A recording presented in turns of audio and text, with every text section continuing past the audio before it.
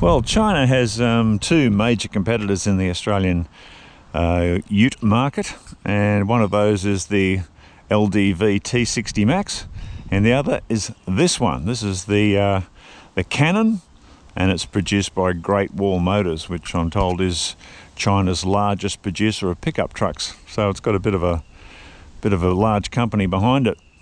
So this is the X model grade. There's three model grades in the local range. This is the X, so this is the top shelf model, the premium, and it certainly looks like it when you see it from the outside. Lots of chrome, really big prominent grille there, and you might notice this confusing P symbol that appears on the bodywork in places. That's because even though Great Wall Motors, or GWM, is their export brand, back in China this is called the POV. So you've got this mix of GWM and P badges on it, which causes a bit of confusion for local buyers.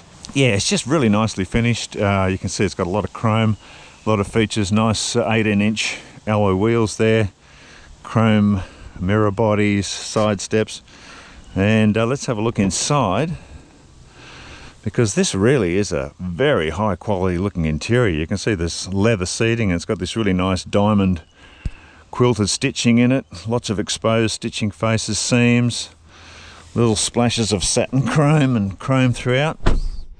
Very nicely finished interior. And I'll just start it up for a second, and you can see it's got the driver's information display there. And now with all the screens illuminated, you can see it's got quite a bit of information. There's a driver information display here, which you can scroll through different pages of info. And this is the main screen here for the infotainment center, plus heating, cooling, and some car functions as well. And it's got a really neat voice activated feature. You just hit this button. Lower temperature to 23 degrees. Okay, I've adjusted the temperature in all areas to 23.0 degrees. Increase fan speed. Okay, I've increased it to speed 2. So there you go. It's got a lot of this voice activation, which works really well actually. So it's quite a nice luxury feature. So there, a lot of electronics and a lot of things to play with on the dash. Let's have a look at what else it's got. It's got privacy glass on the rear windows, and it has a very spacious rear seat as well. So you can see there with the driver's seat in my position, I'm 1.8 meters tall, and there's heaps of knee room there, and yeah, lots of room in the back as well. Got the air conditioning vents as well. And these seat bases also fold up if you need more internal storage space, so that's convenient too. Nice chrome sports bar on the back there. You got roof rack rails, heaps and heaps of features. It's quite a large vehicle too. It's about the same size as or slightly larger than a Ford Ranger dual cab pickup. So it's quite a large machine. That's why it's got fair bit of space inside too. Tailgate's got these gas struts on it, which makes it nice and easy to open, which is good. It's got a really tough spray-in tub liner, and another neat feature here is on the back of the tailgate. If you push this button, you get this pop-out step, which is something you quite often see on those big US pickup trucks. That gives you easy step access into the load tub. So they're really good features. Nice big step on the back there too. It's a genuine 1-tonner as well. It'll carry over 1-ton payload, and it's rated to tow up to 3,000 kilograms or 3 tons of brake trailer. So even though that's about 500 kilograms short of the class benchmark, that's still pretty useful figures for a ute that's available for work and play. So there, that's how it looks.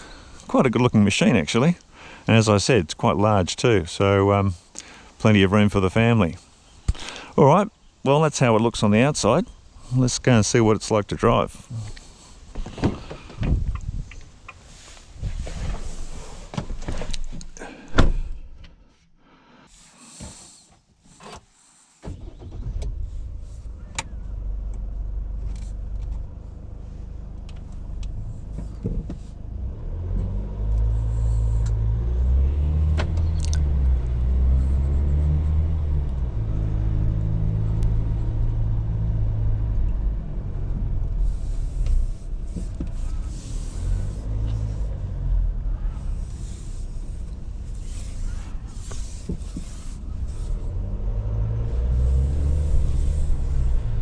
Okay, underway in the Canon X, the top spec model in the local Canon range. But like all the other models, it's powered by the same 2-litre 4-cylinder turbo diesel engine, which has 120 kilowatts and 400 newton meters of torque. May not be class leading, it's certainly adequate for this class of vehicle. And that's connected to a ZF, or a German designed 8-speed torque converter automatic, and that's built under license by GWM. And that's a pretty sweet shifting sort of transmission that gets the best out of this engine at most times. However, you do have the option of manual shifting. You put it in manual mode and you use these paddle shifters on the back of the wheel. But I found driving around in the auto mode, it's usually pretty good. And that is connected to what is in effect a permanent all-wheel drive system. It just continuously varies torque between the front and rear axles depending on traction at the time. And it also has a low range operation, which you select manually by a button on the console here. But there's all these different options in terms of drive modes. Like there's 3 different settings for the steering feel, which is light, normal and sport, I think. So you know, there's a number of different options in terms of how you drive the vehicle. There's also 3 drive modes, which goes from normal, which is self-explanatory, eco, which is for more economical operation, and sport. And the sport really works well. It changes the shift protocols, makes the engine and the response far more lively. So you've got a lot of different choice there as a driver, which is terrific. Overall, it's this vehicle has been a massive improvement on what GWM originally offered in Australia, the Steed. It's just better in all areas, and they've done a terrific job in improving the refinement across the board. It's still, compared to the mainstream players, there's still little areas of refinement that still need improving. I'm still not totally mad about the steering feel. It's much better than it was, but it still has quite a sort of, I don't know, a dead kind of lifeless feel to it off center. So they could certainly get some improvements there, which I'm sure they will over time. Also, the suspension, when you go over bumps, it's quite a soft ride. It's got quite a supple ride, which is good, but I noticed that it lacks a bit of control in bump and rebound, so maybe some firmer shock settings would help it as well. And there's still a little bit of turbo lag. You notice it's got, you know, good acceleration, it's got good response, but the transition from low speed to when you accelerate, you still get quite a surge there. So if they could refine that, it would be better as well. But overall, I must say, you know, this vehicle is a massive improvement on what they've offered in the past.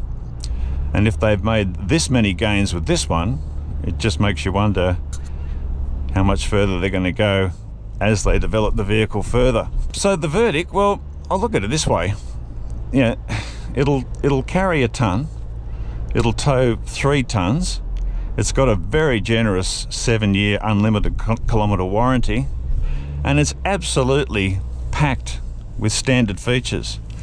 But the clincher is it's only $41,000. That's list, $41,000 plus on-road costs. But I tell you, yeah, if you tried to find a premium model like this from one of the mainstream manufacturers, you'd be looking at, yeah, anywhere from $20,000 to $30,000 more.